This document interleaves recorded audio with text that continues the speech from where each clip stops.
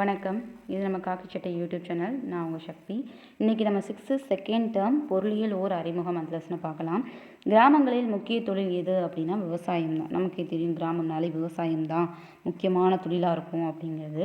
கிராமங்களில் வாரம் அல்லது மாதம் ஒரு முறை பொதுவான ஓரிடத்தில் குறிப்பிட்ட நேரத்தில் மக்களின் தேவைகளுக்கு ஏற்ப குறிப்பிட்ட பொருட்களை ஒருங்கிணைத்து விற்பனை செய்யும் இடம் தான் சந்தை. சந்தை தெரியும்ல, எல்லா பொருளையும் போட்டு ஒன்றா விற்பனை பண்ணுவாங்க. மாதத்துக்கு ஒரு தடவையோ வாரத்துக்கு ஒரு தடவையோ, இப்போ வந்து மோஸ்ட்லி வாரத்துக்கு ஒரு தடவையே நடக்குது. அடுத்தது நுகர்வு பண்டங்கள். நுகர்வு பண்டங்கள் அப்படின்னா என்னதுன்னா, நம்ம வாங்குகிற பொருள் தான் நுகர்வு பண்டங்கள். நம்ம வாங்குகிறோம் இல்லையா, நம்ம வந்து நுகர்வோர். நம்ம வாங்குகிற பொருள் தான் நுகர்வு பண்டங்கள். அன்றாட தேவைகளை பூர்த்தி செய்ய மக்கள் அங்காடியிலிருந்து வாங்கி பயன்படுத்தும் பொருட்கள் தான் நுகர்வு பண்டங்கள். அரிசி வாங்குகிறோம், துணி வாங்குகிறோம், மிதிவண்டி வாங்குகிறோம், என்ன வேணால் வாங்குகிறோம் இல்லையா, அது எல்லாமே நுகர்வு பண்டங்கள் தான். அடுத்தது சேமிப்பு. கையில் கிடைக்கும் வருமானத்தில் நுகர்வுக்கு செலவு செய்தது போக எதிர்கால தேவைக்காக ஒதுக்கப்படும் ஒரு தொகை தான் சேமிப்பு. இப்போ வந்து நான் வந்து ஒரு 10,000 சம்பளம் வாங்குகிறேன் அப்படின்னா 9,000 என்னுடைய அடிப்படையான விஷயத்துக்கே செலவு பண்ணிட்டேன். அப்போது மீதி என்கிட்ட வந்து ஒரு 1,000 எக்ஸ்ட்ராவாக இருக்குது. அப்படிங்கும்போது அதை நான் என்ன பண்ணுவேன் அப்படின்னா, இன்னொரு நாள் நம்ம வந்து யூஸ் பண்ணிக்கலாமே அப்படின்னு சொல்லி நம்ம சேமித்து வைக்கிறோம் இல்லையா, அதை தான் சேமிப்பு அப்படின்னு சொல்கிறாங்க. திருக்குறள் ஒன்று கொடுத்துருக்காங்க. அளவறிந்து வாழாதான் வாழ்க்கை உளபோல எல்லாகி தோன்றா கெடும்.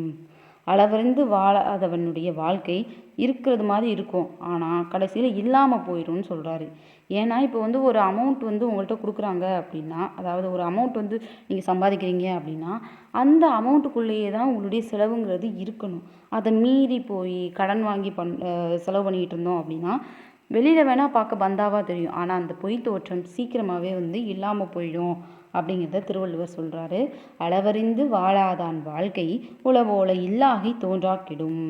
தன் செல்வத்தின் அளவை அறிந்து அதற்கு ஏற்ப வாழாதவனுடைய வாழ்க்கை பல வளங்கள் இருப்பது போல தோன்றி உண்மையில் இல்லாதவனாய் பின்பு அப்பொய் தோற்றமும் இல்லாமல் அழியும் அப்படின்னு சொல்கிறாங்க. பண்டமாற்று முறைனா என்னங்கிறத கொடுத்துருக்காங்க. ஒரு பண்டத்திற்கு பதிலாக மற்றொரு பண்டத்தை மாற்றிக்கொள்வது தான் பண்டமாற்று முறை. பண்டம்னா வேறு ஒன்றும் இல்லை, ஏதாச்சும் ஒரு பொருள். இப்போ நான் வந்து என்கிட்ட அரிசி நிறையா இருக்குது அப்படின்னா அரிசியை கொடுத்துட்டு உப்பு இல்லைன்னா பால் ஏதோ ஒன்று நான் வாங்குகிறேன், ஆனால் என் பண்டத்துக்கு பதிலாக தான் வாங்குகிறேன், என்னோடய பொருளுக்கு பதிலாக தான் வாங்குகிறேன். அப்போது அதுதான் என்னது, பண்டமாற்று முறை. அடுத்தது விவசாயம் நம் நாட்டு பொருளாதாரத்தினுடைய ஆணிவேர் அப்படின்னு சொல்லுவாங்க. ஆமாம், நம்மளுடைய ஆணிவேரே விவசாயம் தான். சாப்பாடு இல்லாமல் வேறு எதுவுமே கிடையாது. நமக்கு சாப்பாடு தான் ஃபஸ்ட்டு எப்பயுமே. கிராமங்கள் நம் நாட்டின் முதுகெலும்பு அப்படின்னு சொன்னது யாருன்னா காந்தி தான். ஏன்னா காந்தியை பொறுத்தளவுக்கு கிராமம் தான் நல்லது, இயந்திரங்கள்லாம் வேணாம், கிராமத்தில் இருக்க உடல் உழைப்பு தான் நல்லதுங்கிற மாதிரி அவர் பேசுவார். ஸோ அப்படிங்கும்போது கிராமம்னாலே மோஸ்ட்லி காந்தி தான் வருவார். கிராமங்கள் நம் நாட்டின் முதுகெலும்பு அப்படின்னு சொன்னது காந்தி. நகர மக்கள் தொகை. இப்போது இந்தியாவில் இருக்க மக்களை 100% எடுத்துக்கிட்டோம் அப்படின்னா அதில் 50% மக்கள் வந்து நகரத்தில் தான் வாழ்கிறாங்க, சிட்டியில் தான் வாழ்கிறாங்க. அதே மாதிரி தமிழ்நாட்டில் 47% வந்து நகரத்தில் தான் வாழ்கிறாங்க. ஒன்றும் இல்லை, அங்கே 50, இங்கே 3 தான் கம்மி. இந்தியாவில் 50% நகர மக்கள், தமிழ்நாட்டில் 47% நகர மக்கள், அவ்வளவுதான். தமிழ்நாடு உற்பத்தியிலையும் சேவையிலையும் சிறந்து விளங்கும் மாநிலமாக இருக்குது. தொழில்துறையை பொறுத்தளவுக்கு மொத்தம் 3ஆக பிரிக்கிறாங்க. அதாவது பொதுவாக தொழில்னாலேயும் அது என்னென்னதுன்னா முதல் நிலை தொழில், 2ஆம் நிலை தொழில், 3ஆம் நிலை தொழில். முதல் நிலைனால எப்பயுமே பேசிக் வேளாண்மை தான். 2ஆம் நிலைனா வந்து ஃபேக்ட்ரிஸு, அதாவது தொழில்துறை. 3ஆம் நிலை அப்படின்னா பணிகள் துறை, அதாவது டிரான்ஸ்போர்ட்டு. இவ்வளவு தான். இதில் வந்து முதல் நிலை வேளாண்மை. இப்போ வந்து நான் வந்து ஒரு பிஸ்னஸ் பண்ணுறேன், ஒரு கடலை மிட்டாய் வியாபாரம் பண்ணுறேன் அப்படின்னா ஃபஸ்ட்டு அதுக்கு வந்து என்ன தேவை, நிலக்கடலை தேவை. அப்போது அது வந்து வேளாண்மை பண்ணால் தான் கிடைக்கும். அப்போது வேளாண்மையிலேருந்து எனக்கு வந்து ஒரு நிலக்கடலை வந்து கிடச்சிருச்சு.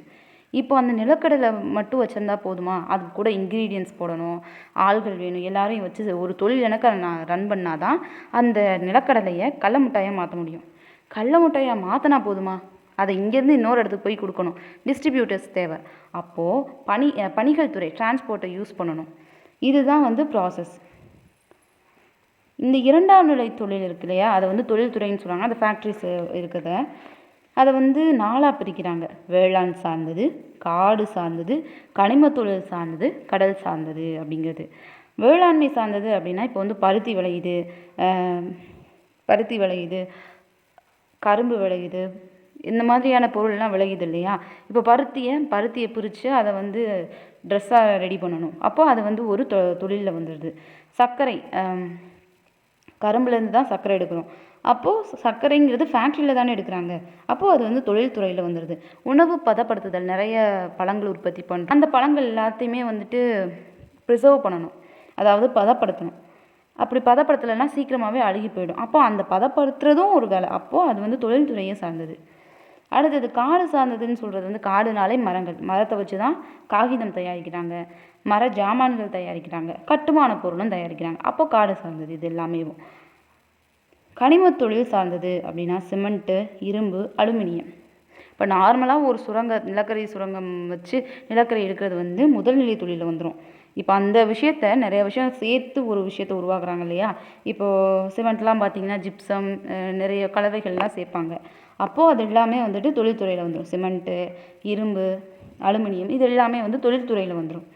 அடுத்தது கடல்சார் தொழிற்சாலை, கடல் உணவு பதப்படுத்துதல்.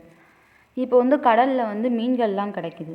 அப்போது அந்த மீன்களை அந்த ஏரியா மக்கள் மட்டும்தான் சாப்பிட முடியும். அப்போ மற்ற இடத்துக்கு கொண்டு போகணும் அப்படின்னா கண்டிப்பாக வந்து எக்ஸ்போர்ட் பண்ணணும், அதாவது உணவை வந்து பதப்படுத்தணும். அந்த மீனில் வந்து ஐஸ் கட்டியெல்லாம் போட்டு பேக் பண்ணி ஒவ்வொரு ஏரியாவுக்கும் அனுப்பணும். அப்போது அது வந்து தொழில்துறையில் வந்துடுது. அதுதான் கடல் உணவு பதப்படுத்துதல் அப்படின்னு சொல்கிறாங்க. அடுத்தது 3ஆம் நிலை தொழில் அல்லது பணிகள் துறை, அதை பற்றி பார்க்கலாம். அதை வந்து போக்குவரத்து, தொலைத்தொடர்பு, வர்த்தகம், வங்கின்னு சொல்லி பிரிக்கிறாங்க.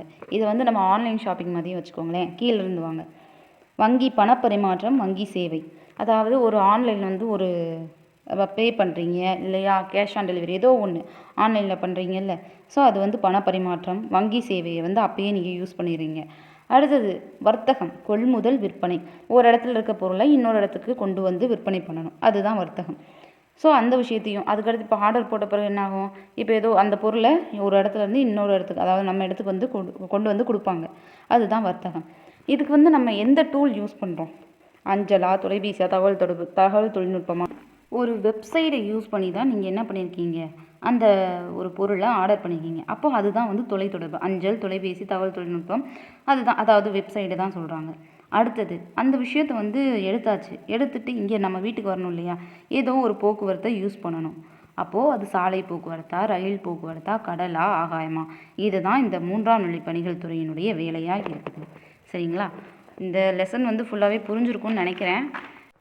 இந்த சேனலில் அப்லோட் பண்ணுற எல்லா வீடியோஸுமே காவலர் தேர்வுக்கு படிச்சுட்ருக்கவங்களுக்கு ரொம்பவே யூஸ்ஃபுல்லாக இருக்கும். அப்கமிங் 2025 எக்ஸாம்ஸ்க்கு ரொம்பவே யூஸ்ஃபுல்லாக இருக்கும். இனிமேல் வரக்கூடிய வீடியோஸில் ஃபுல்லாகவே வந்துட்டு புக்ஸில் என்னென்ன கண்டென்ட் இருக்கோ அது ஒரு வழி கூட விடாமல் எல்லாத்தையுமே வந்து எடுத்து போட போகிறோம். இந்த வீடியோஸ் எல்லாமே பிடிச்சிருந்தது, இந்த மாதிரி வீடியோஸ் வந்து எல்லா லெசனுக்குமே எனக்கு வேணும் அப்படின்னு நினச்சிங்கன்னா சப்ஸ்கிரைப் பண்ணிக்கோங்க. பெல் சிம்மலை கிளிக் பண்ணி ஆளுங்கிறத ப்ரெஸ் பண்ணிக்கோங்க. இந்த மாதிரியான லெசன்ஸ்க்கு வந்து அடுத்தடுத்து வீடியோஸ் போட போகிறோம். அது வந்து உங்களுடைய காவலர் தேர்வுக்கு படிச்சுட்ருக்க உங்களுடைய ஃப்ரெண்ட்ஸ்க்கு ரொம்பவே யூஸ்ஃபுல்லாக இருக்கும். நன்றி.